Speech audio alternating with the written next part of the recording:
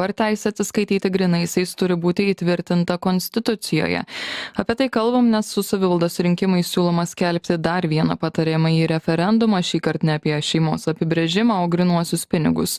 Siūloma klausti, ar gyventojai pritara, kad Konstitucijoje būtų įtvirtinta nuostata, jog įstatymas užtikrina asmens teisę atsiskaityti grynaisiais.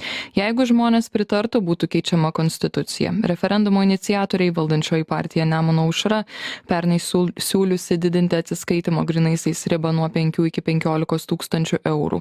Tarp daugiau nei 50 seimūnų parėmusių patariamojo referendumo idėją ir valstiečiai, socialdemokratai, mišrios Seimo narių grupės atstovai bei opozicijoje esantys keli demokratai bei liberalas Andrius Bagdonas.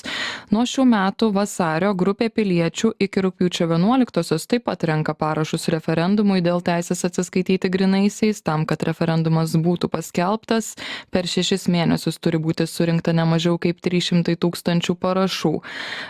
Pastarosios iniciatyvinės grupės koordinatoriais paskirti Egidijus Čibirauskas ir kovo 11-osios akto signataras Zigmas Vaišvila.